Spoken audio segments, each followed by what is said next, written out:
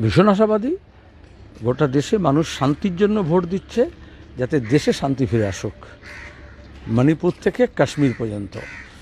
এবং দ্বিতীয়ত, শান্তিতে ভোট হোক, এটাই আমরা চেয়েছিলাম, অবাধ এবং সুষ্ঠু হোক, নিরপেক্ষভাবে হোক, রক্তপাতহীন হয়। ভোট যদি রক্তপাতের মধ্য দিয়ে হয়, গুন্ডামির মধ্য দিয়ে হয়, তাহলে ভোটের পরেও ওই রকমই একটা ব্যবস্থা তৈরি হয়। সেজন্য গুন্ডামি মস্তানির বিরুদ্ধে।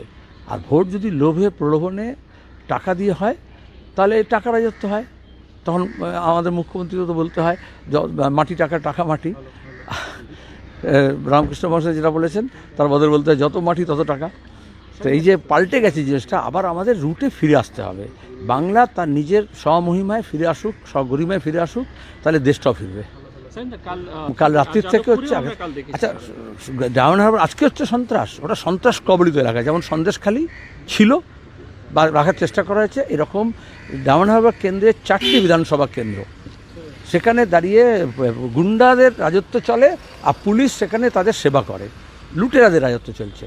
এবং এই ভাইপো এইরকমই একটা একতন্ত্র কায়েম করেছে ওখানে, ছোট্ট করে একটা মডেল, ডায়মন্ড হারবার মডেল, মানে হচ্ছে যেখানে আমাদের ক্যান্ডিডেট ঢুকতে পারবে না, যেখানে মানুষ প্রচার করতে পারবে না, পোলিং বসতে পারবে না, আর লুট হবে, ভোট লুট হবে, জমি লুট হবে, প্রাকৃতিক সম্পদ লুট হবে, আর তারপরে লম্বা চওড়া কথা বলবে। আসলে লোকে তাদের তৃণমূলের আসল স্বরূপটা বুঝে নিচ্ছে। এবং বিজেপি এত অপদার্থ, তারা ওটাকে এই লিস্টটা দিয়ে দিয়েছে। যেমন বাংলাকে এতদিন লিস্ট দিয়েছে যে তোমরা লুট করো, তাহলে পিসি ভাইপো যেখানে থাকে সেখানে কোনো দল আসবে না বলে পুলিশ পাহারা দিয়ে আটকে রাখে। এই বাংলায় মানুষ স্বমহিমা যখন বাংলা ফিরে আসবে সগৌরবে, তখন ওই পিসি ভাইপোর একেবারে দালানে গিয়ে মানুষ বিজয় উৎসব পালন করবে। তাহলে কি